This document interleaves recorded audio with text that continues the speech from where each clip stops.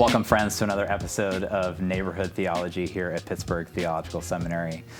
I'm the Reverend Erik Hoeke. I'm the Director of Continuing Education here at the Seminary, and I'm a part of the PTS Neighborhood Collaborative. And in the programs of the Neighborhood Collaborative, we connect the learned theology of the academy with the lived theology of the church and society to form present and future Christian leaders in service to their contexts. We understand neighborhood theology to be responding to Christ's call to love our neighbor as we encounter each other in community. And today I'm glad to be joined by the Reverend Dr. Tod Bolsinger. He is a longtime pastor and author of several books on leadership. He's a seminary educator and administrator. He also runs a consulting company that helps faith leaders with change. Welcome, Tod. Nice to be with you. Thank you.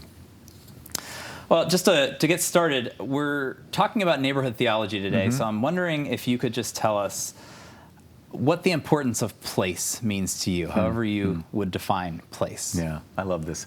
So every day I work with leaders who are working on change. That's all I do. I work mostly with faith leaders who are trying to navigate change. Change always shows up in your place. It's not theoretical. When your neighborhood changes, when your job changes, when the institution changes, or when the world changes and you're the leader who has to respond to that change. It's very contextual. And so the kind of leadership that we teach, which is called adaptive leadership, is all about responding to the external world and the place you're in, the environment you're in. And for too many of us as Christians, we've loved our ideas more than we have loved the place that we're put, and especially for leadership to be more enamored by the needs and pain points and urgencies of our locations allows us then to actually think about leading change better. How do you practice neighborhood theology in your own place? Well, I do that two ways. Personally, I do that because wherever I live, I often think I've been put there to make an impact. My calling is to be a person who embodies my faith in a particular location.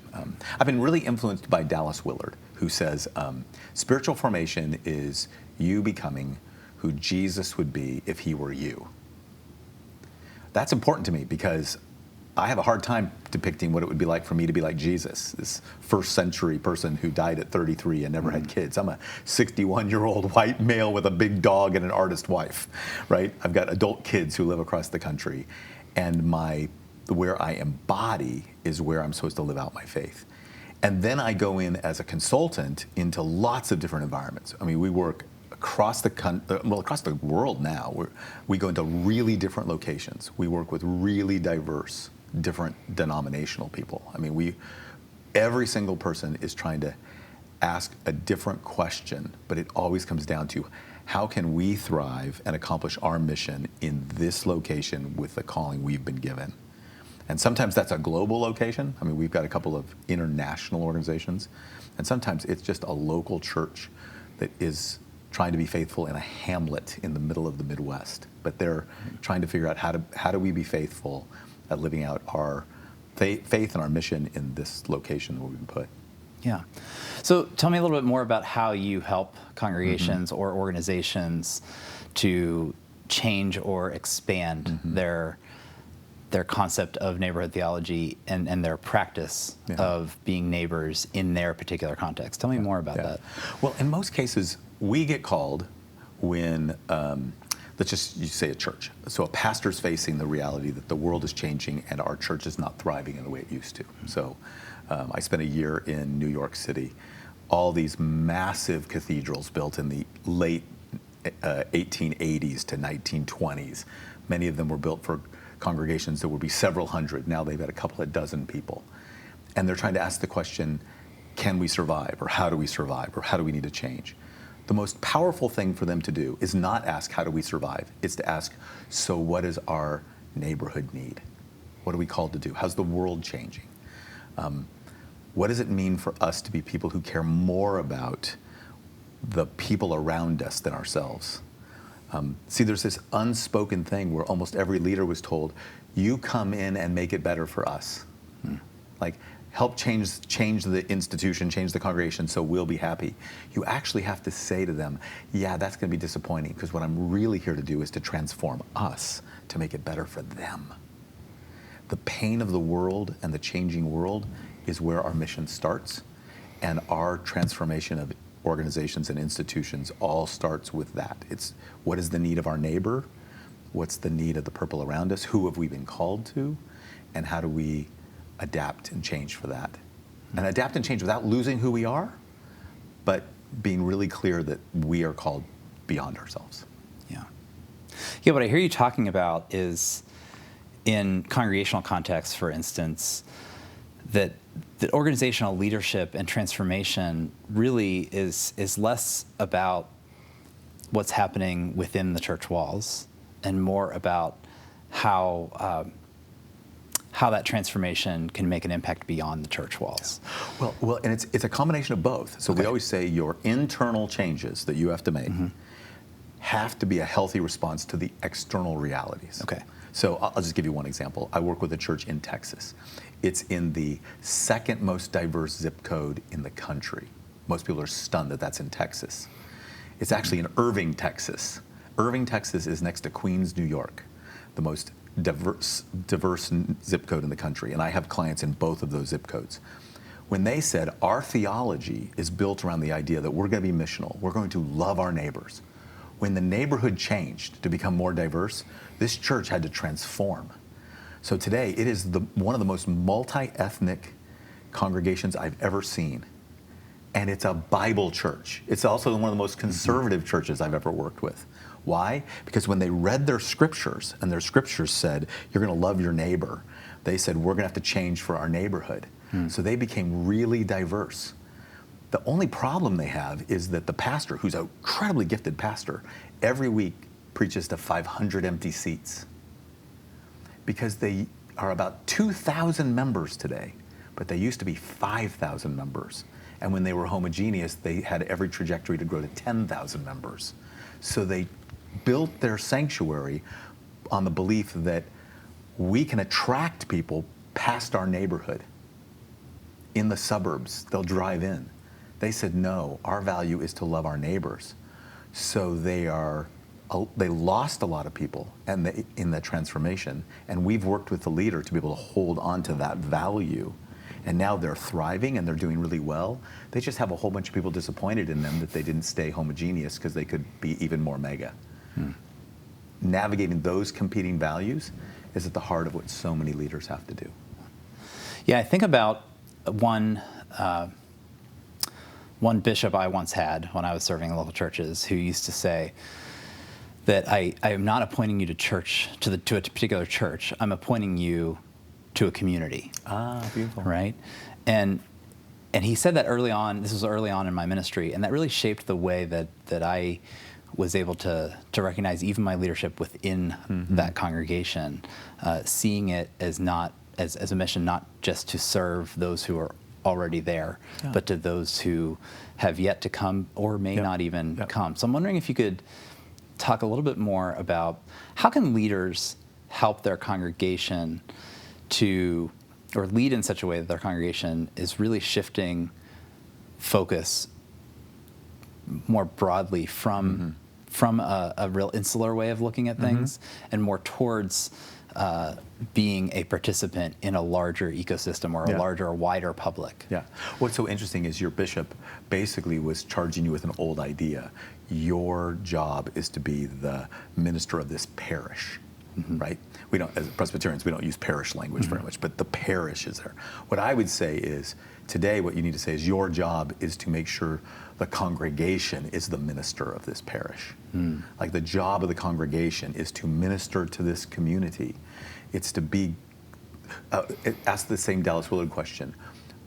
Spiritual formation for a congregation is this congregation becoming who Jesus would be if Jesus was this congregation in this community. If Jesus showed up as you in your neighborhood, in your environment, with your calling, then what would it look like? There's this old rabbinic tale that says when God judges you, he's not going to ask you why you weren't Moses. He already had a Moses. He's going to ask you why you weren't you. And I think what your bishop's saying and what you're asking is the same thing. Congregational leaders have to say, how do we help transform this congregation, this church, to be the minister of this parish where God has embedded us, incarnated us. Yeah. And so much of the work we do is try to get people to adapt their core values, like the things that are the most important to them, for the sake of the changing world. And that is a process of leadership that we have to teach people how to do, because it doesn't just come by, preaching a sermon or having a smoke machine or, it's like you actually have to think deeply, theologically, about the calling to this place and what this place needs to thrive. Yeah. So, we're talking a lot about organizational leadership, and the difficult truth of leadership is that sometimes leadership often means power. Yeah, and in too many spaces for too long, the privilege and power of being a leader or of existing in leadership is something that has remained accessible only to certain people or primarily to certain people. And as people in those positions who have been ordained to lead, who have been in positions of power by virtue of being in leadership positions, how do we practice leadership today, people like you and me, in such a way that those kinds of imbalances are not perpetuated, but rather broken down? Yeah. So it's two things. One is to notice, first of all, it's philosophical, and then it's very deeply practical. Philosophically, leadership is not about title or position. It's not having heavy furniture in a corner office and people call you sir in the marketplace. And I said sir intentionally. Leadership is a function. It's a skill. It's when you gather people together to be transformed to make a difference. Anybody can take on that skill. Matter of fact, there's entire set of psychological thinking that says that even in a family, the leader of a family can be the youngest daughter, because that's the person taking responsibility for their own growth and for the health of the family. Sometimes it's not the parent even. So once you realize that any setup that puts people of status or privilege in society higher, anything that gives us an advantage over somebody else, is actually contradictory to genuine leadership. And then we have to acknowledge the fact that what most people think of leadership is that false notion of power and authority. It's real, it's true. We see it. We see it in fear worked out even today. It's happening even as we speak. One of my students said to me, she's a woman of color, she said to me, Tod, when you're all vulnerable and collaborative and invite people in, they look at you and they marvel at you. When you say, I don't know what to do and we're gonna have to discover it together, people are stunned by that. When I do that, they want to give you my job. They just assume that I'm incompetent. That has to be called out. And so partly, a lot of my work today is to be, as a consultant, means that my job is to work with leaders and have them step out. And my job is to step back and be a servant. Our company's mission statement is to help faith leaders thrive as change leaders. All we do is help. And if we're not of help, we step away. But we can help by identifying that when people are looking at me because of a cultural understanding of leadership that is not helpful, my job is to call that out also. Yeah. Yeah, and you talk a lot in your writings and about the importance of culture. Yeah. And the reality is the culture of an organization perpetuates that. Yeah. The idea of who can be a leader for that organization. So I'm wondering, how do these cultures, or how can we reshape or reimagine and transform these cultures to expand the notion of who can be a leader? Yeah. One of the things that's a tenet of this leadership is, in a changing world, in a changing environment, diversity actually builds resilience. It's built on nature.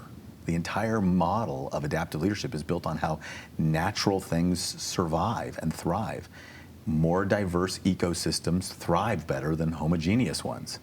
This isn't a woke statement, this is just a biological statement. So once you recognize that to be a reality, then the very best thing I can do, if people are looking at me in a system because of my credentials or my age or my sociology, is to be the person who invites more diversity into the system and more voices into the system. So let's end here. If you could see one shift in how churches engage their neighborhoods over the next decade, what would that shift be for you, and how would we lead congregations through that change? Every congregation needs to get really, really clear on its own identity. You got to get clear on your core values, what's essential to you. You've got to know yourself. Once I'm clear on my DNA, like what should never change, because if I lose this, I lose who I am, then you have to be prepared to change everything else.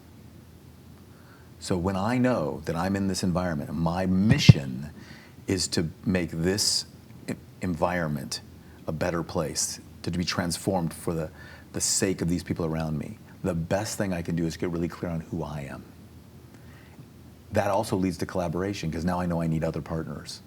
And that leads to a humility where I can say, I'm not helpful. It leads me to be really clear on what is essential and what is expendable. And quite frankly, most of us, our churches are bogged down by lots of things that are pretty expendable. They're just wearing us out. For the biggest mistake people make is they make their values aspirational values rather than their actual values. They think what we should be rather than who we are. And getting organizations to identify what our actual values are, our actual DNA, and then adapting that is actually a painful and humble process, but it's also completely necessary, absolutely necessary to make an impact on other people. It is you becoming the healthiest version of who you actually are, not some idealized version of who you wish you were. Yeah. When it works, how have you seen people get to a place where that works, where that transformation works? And when it doesn't work, why did it not work? Yeah. So when it works, it's because instead of sitting around in a room and saying, so what should our values be? Let's get a list of core values. We'll gather together, we'll pray, we'll fast, we'll come together, and we'll have a set of values, and we'll put them on the church bulletin. We discovered our values are we're generous, and we're reconciling, and we're accountable, and we're committed, and we're excellent, and our values are grace. Look at the GRACE. We have grace values. We're a grace church. We'll be about grace. That's who we are. Those are your aspirations. Instead, have people tell stories. Tell me about the person you wish everybody in this congregation would have known. Tell me about when you were most proud of this place. Tell me about the hardest decision you ever made that now you look back on and you say, that's who we really are. Those are where your actual values come from. It's out of your stories, and then you say, we're not perfect, but this is who we are. This is what makes us different. When we work with organizations, we actually say, you have to turn your values into articulating your charism, your unique gift that you bring to the world. That's going to be different than the institution down the street or the congregation down the street. Every group has a charism, a gift how do you protect that gift that you bring to the world? Now bring that to the pain of the world. And that charism might have to adapt. I worked with a group of church planting monks. They're Catholic monks who do church planting in southern Appalachia. They are Catholic. They started by working with miners who couldn't get to church, and during the seasons when the mines were closed, went back to the farms. So these Catholic monks would go to these Appalachian farms and do Mass. Today, their big adaptation, you can imagine, is that everybody speaks Spanish. Who do they work with? Immigrants who come across our borders to make a living in our fields and now are fearful. And they bring the love of Christ to these immigrants. What they adapted was their language, not their calling. and they adapted who they worked with because their neighbors now were no longer minors, they were migrants. That adaptation keeps you on your mission, keeps you clear with your values, but it also adapts to the changing reality of the world. Well, Tod, thanks for bringing your unique gifts to this world and to this neighborhood here at Pittsburgh Theological Seminary. It's been a blessing to be able to have this conversation with you. Thanks.